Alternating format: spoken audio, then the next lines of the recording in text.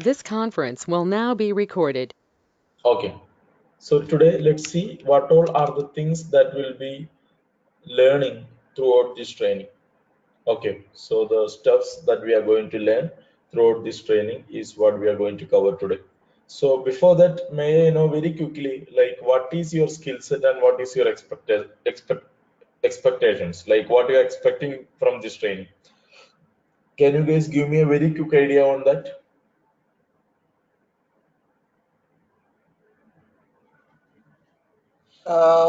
Sharath here.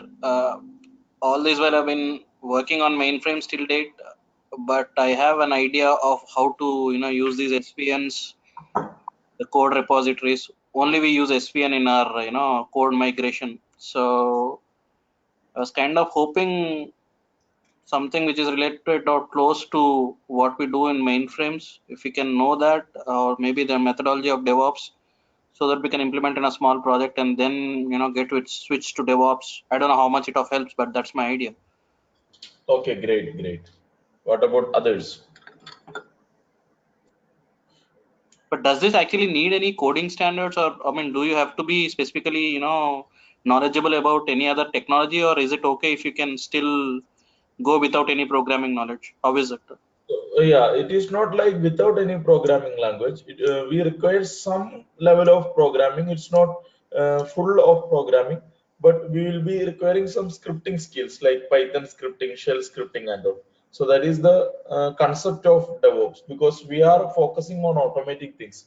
For automating, we will be requiring some programming knowledge. But for this training, I don't really want you guys to be having any like pre programming knowledge. Like we will be covering from basics. Even if you don't know any programming concepts, that's fine. We will be learning things from basics. Okay, thanks. Okay, Afsal, go ahead. Yeah, so basically, it's like for me, DevOps is a new concept. So just looking forward to it. Let's see what happens.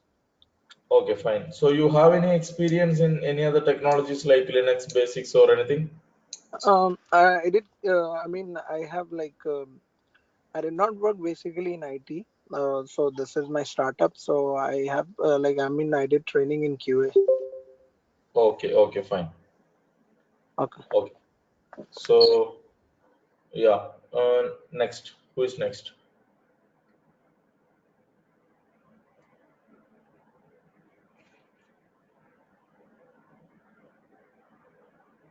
Kiran.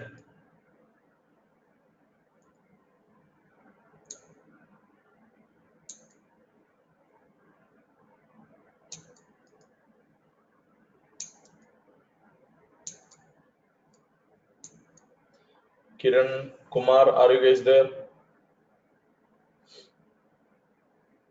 Okay, fine. Anyways, let's start. Let's not.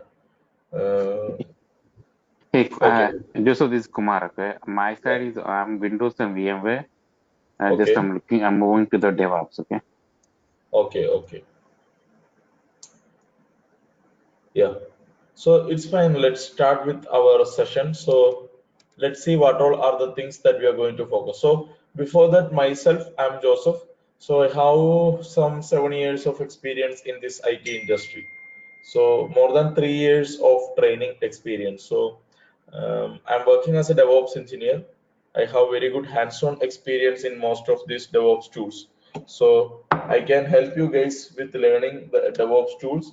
And if you can put some effort from your side, I'm sure that we can build or you guys can become a really good DevOps engineers, and you can grab better jobs in the industry because I have been training many batches since last 3 years. So I have the record of getting many of my students placed in reputed companies, full time as well as contract jobs. So, but that requires some level of effort from your side also. We'll get into the details. What all things you need to do from your side and stuffs like that. We'll discuss in a while. Okay. So cool, let's start. So DevOps, basically it is a bridge between developers and operations team. That is the first thing.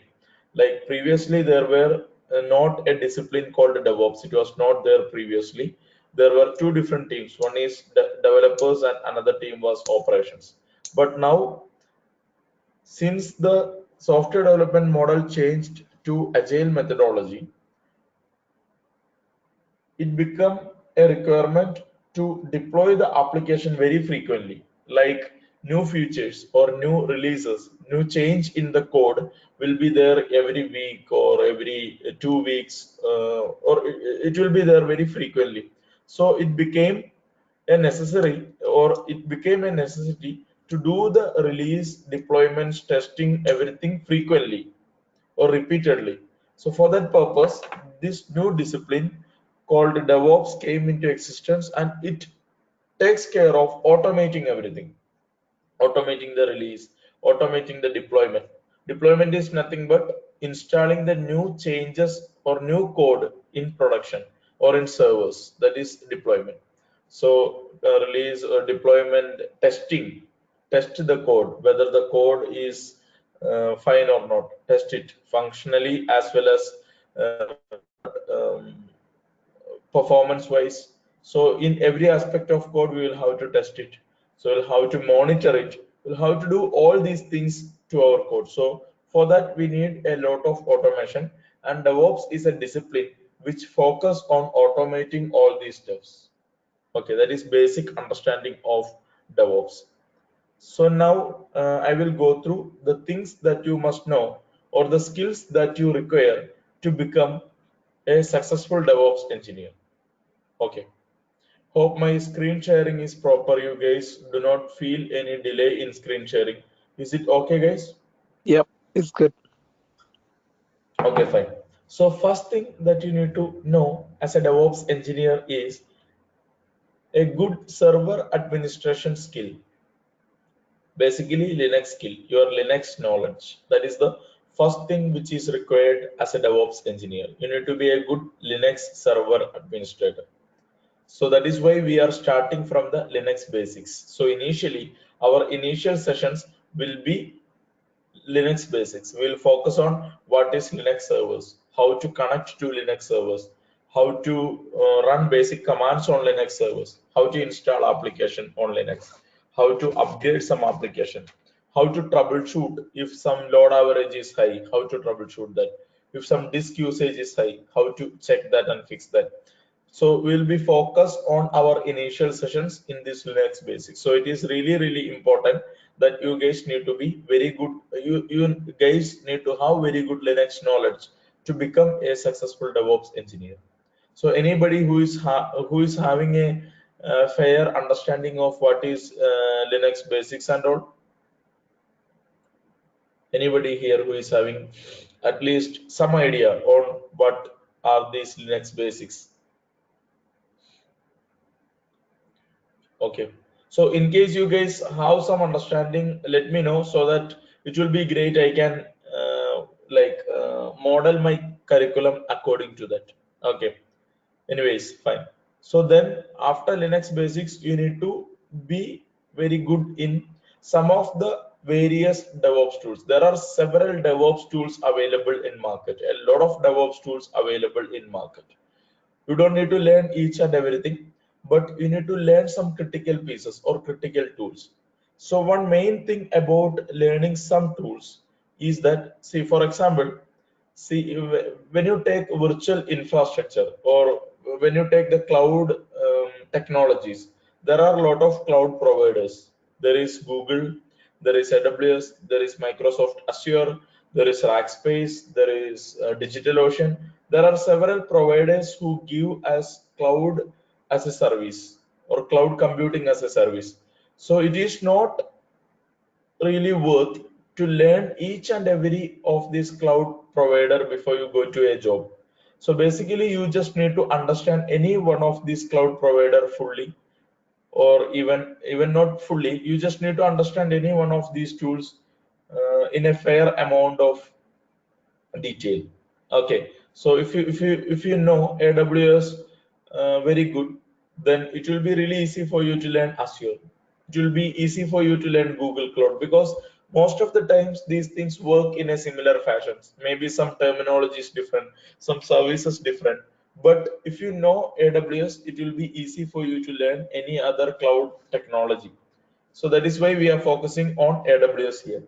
So from each segment, we will be taking any one of the popular or most widely used tool and we will be learning that. So if you know that, it will be relatively easy for you to learn the other tool or the competitor or whatever other tool you require.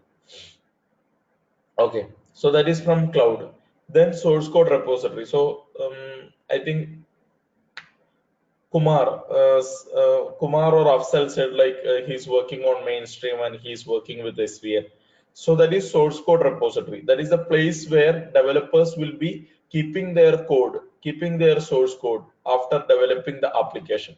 So they will be keeping their source code in their central repository. So you need to see how to manage these central repositories. Every developers in every company will write their code and will push it to a central repository so that anyone else can share, anyone else can, anyone else in the same company, same team can get access to the same code. So we need to know how to manage these source code repositories. So we'll be learning Git. If you know Git, it will be easy for you to manage other source code repositories like SVN, and all. Next is build server. That is really important. So after developers written their code, we will have to convert that code into some artifactory. So what do you mean by artifactory? Artifactory is nothing but a deployable code, we can say. So for example, let's say if you are writing a Java code, if your developer is writing a Java code, he may be writing thousands of files or he may be writing hundreds of files, maybe some .java files, .jsp files, whatever, depending on the application. So we will be able to deploy this raw Java code that the developer is writing to a server. Have you got my context? My question is this. Let's say our developers are writing a Java code. So they may be writing hundreds of files, maybe Java files or JSP files, whatever it is. My question is, after getting these 100 files, will we be able to deploy them directly to a server? Will we be able to install them or copy them directly to a server?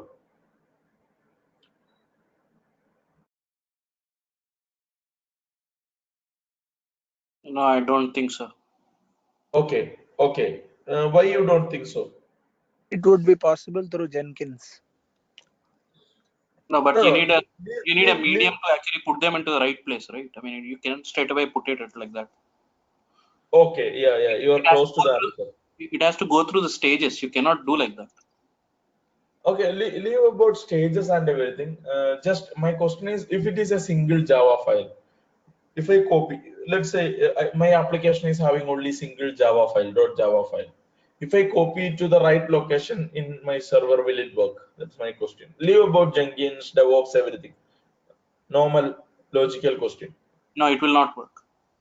Okay, what I need to do on that? I think it has to be installed. It has to be set up correctly to all the other components to pick up that change that you're putting there. Okay. Yeah, you're close to answer. Okay, let me answer it. So Java is a compiled language. So the code that the developers are writing, which may be .java extensions, they are not compiled. So what we need to do, we need to compile them first, and then we need to deploy it into a server. So That's what that I'm. is what we can do with the help of this tool called Jenkins. Jenkins uses many other tools in backend like Maven or Ant or whatever tools we require. So it will convert Java, raw Java code into a deployable artifact. So we'll be compiling it first. We'll be converting it into an artifact like WAR file or jar file, depending on our requirement, and we will be installing them on a server. So those installation or those entire process can be automated using Jenkins. Then configuration management, that is again another important aspect or important tool that you need to learn. So what is configuration management? Let's say we have 1,000 servers. Okay, in a company they will be definitely having multiple servers. They may have hundreds of servers or thousands of servers, depending on their product or how big their application is. Depending on that, they'll be having several products. Several servers. So let's take an example like how to install a software, how to install an application on all these 1,000 servers, or let's say how to push a security patch to all these 1,000 servers. How will I do that? I will be manually logging into each and every server and will be running the command for doing the security patch. Will that be easy? Will that be feasible?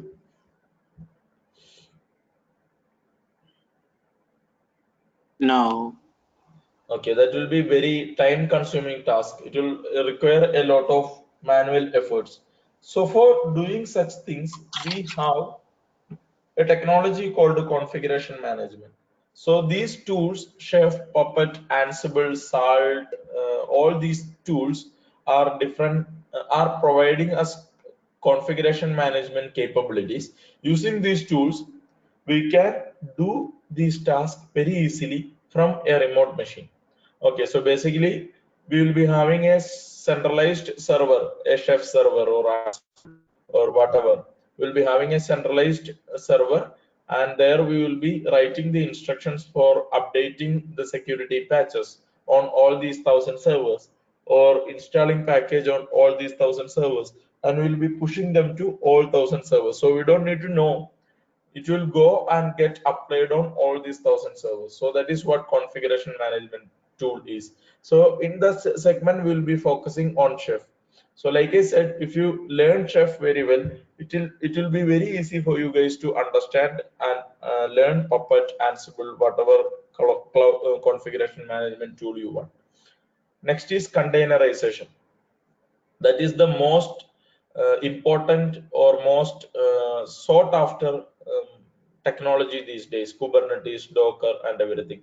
So people, companies are behind that. Companies are migrating their applications from normal EC2 instances or normal virtual machines to Kubernetes or to Docker. That is because it's really easy to package your services, especially if you are microservice. It is really easy to package your services as a container and deploy it. So that is I'm not getting into details of that. We will be discussing Docker and Kubernetes in this training. Finally, there is some another segment called monitoring. So what is monitoring? Let's say we have an application running on 100 servers.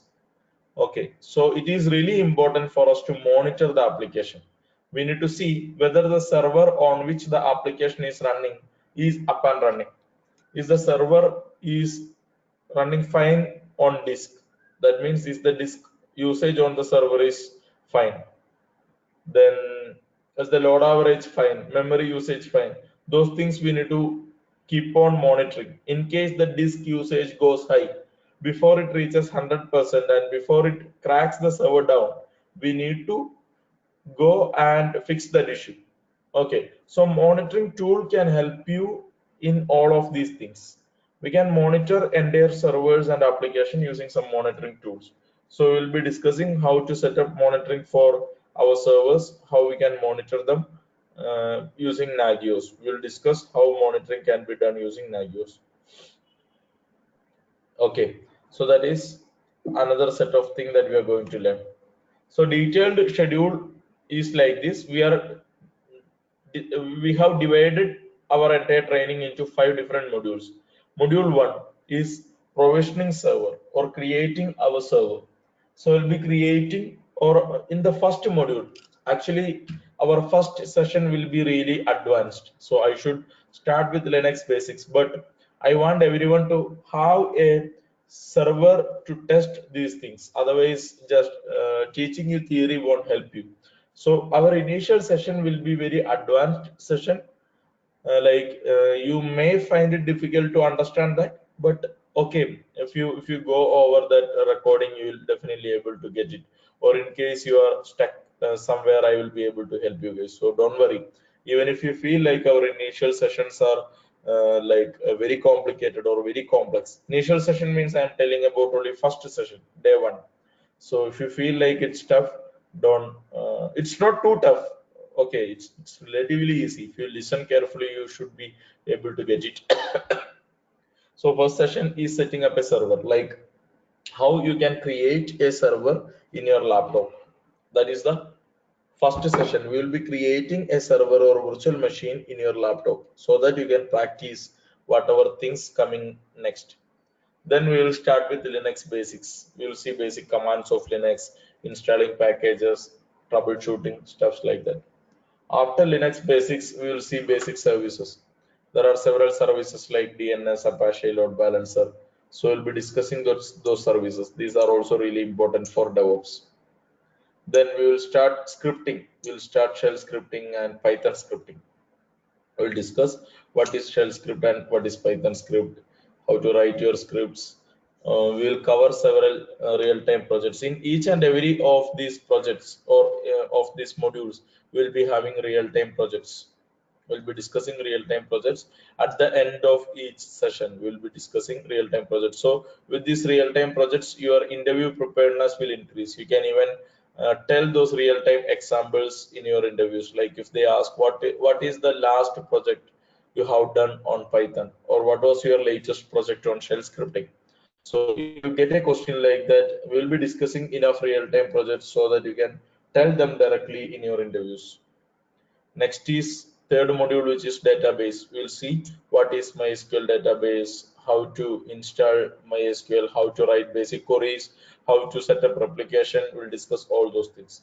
Also, we'll see a NoSQL based database, which is MongoDB.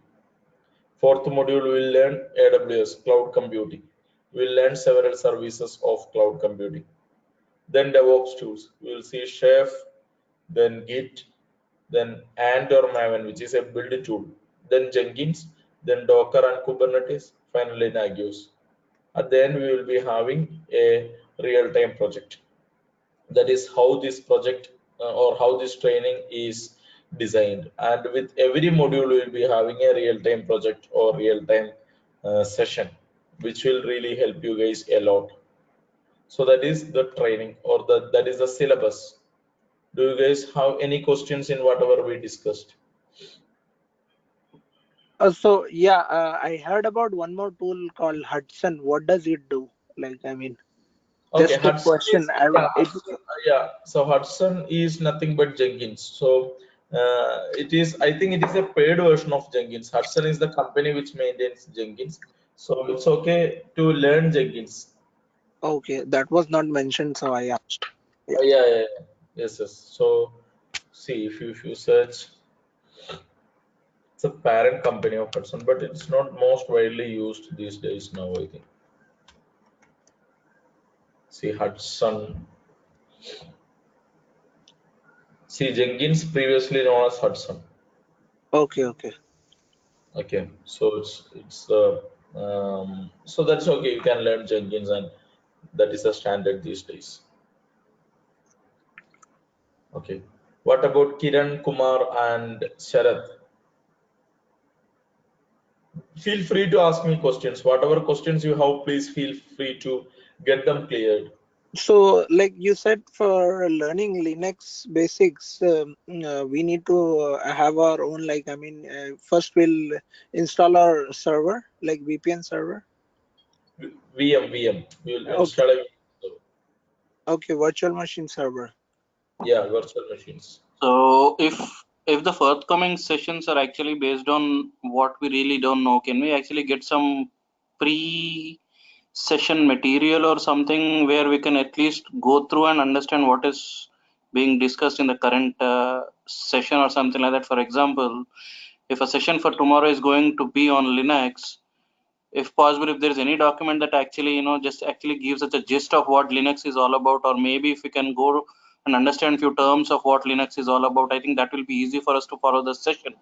If you have any kind of material like that, would you mind Uh, actually? yeah, I can give that, but what I suggest you is other way. Like this training is entirely designed for beginners, so you don't need to worry. So what I tell you is I will go through Linux. I will tell you what is Linux, Linux basics, and everything. Then I will provide you material, so Okay, you can read and you can understand more on that. right, okay, right, okay. Anything is fine. Yep. Yeah, but yeah, that I really like that question and that kind of attitude, because that is really important in this session. You don't I want to be very frank with you. Don't think that just attending this session every day will take you or will make you a good DevOps engineer, or will help you in getting a job. It won't. I want to be very frank. It will help you to understand the things. If you can do the assignments which I am giving, if you can understand what we are discussing thoroughly, if you can practice on what all things which I say, then definitely you can be a good DevOps engineer. So what I suggest you guys is at least spend an additional hour after the training to practice things. Only practice makes you better. Don't just listen to the sessions and wind up it. Please practice whatever we are discussing in your laptop or in your server, and get a good hands-on experience of that. That is really important, because when you practice, you come across with a lot of errors. Search online, try to find solution for that. DevOps is all about that, or server administration is all about that. You will learn a lot of new things every day. Nobody will be there to help you when you're working. You need to learn, go through the documentation, understand stuffs, and do it. So please try to practice at least an hour every day after the session. Okay. Okay. Okay. I'm not like frightening you guys, but please try to do that. Otherwise, it won't be really helpful for you. Like, attending the sessions definitely will do. It will Yeah, give yeah, you a good understanding. Maybe you will be able to crack the interviews by attending the sessions itself. But that won't make any sense. You need to survive in the industry. For that, you need to practice. You need to see what are issues. You need to get a idea of how to fix issues your own, things like that. yeah. Sounds Okay, good. any other questions?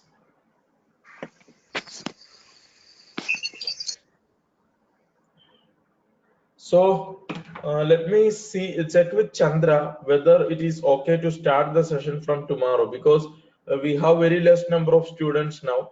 I need more attendance. I thought there are more students, so I will check with Chandra, and I will let